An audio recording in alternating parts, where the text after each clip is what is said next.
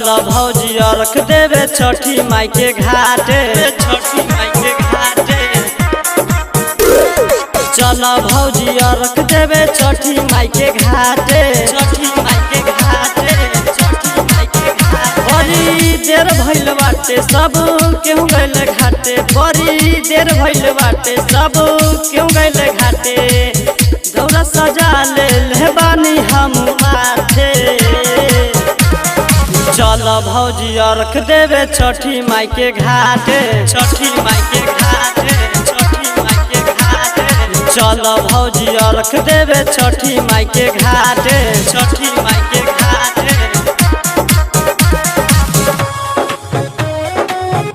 बोली बोली छठी मैया की। डीजे शुभम छठी माई के घाटे सुमेरपुर। यदि अभी तू लेट करबू छठी माई से नहीं तू भेंट करबू, तू भेंट करबू।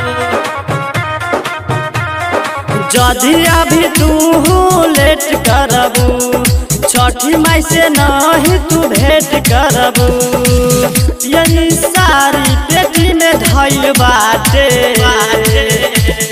चल भौजी रख देवे छठी माई के घाटे, छठी माई के घाटे।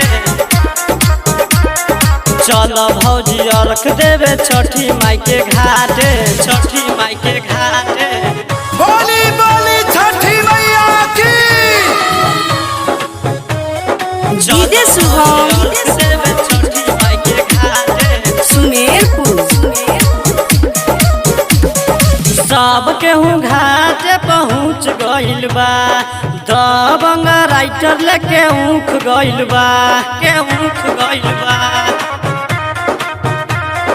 सब केहू घाटे पहुँच गइल बा, दबंग राइटर लेके ऊख गइल बा। सिंगर सुजीत के फिकिर नइखे बाटे, चल भौजी रख देवे छठी माई के घाटे, छठी माई के घाटे। चल भौजी रख देवे छठी माई के घाटे। किसी भी तरह का प्रचार ऑडियो, चुनाव प्रचार कैसेट, ऑडियो वीडियो एल्बम बनवाने के लिए आज ही संपर्क करें छाया रिकॉर्डिंग स्टूडियो और आई उत्तरी ब्लॉक गेट के सामने। Mobile number 8676006134।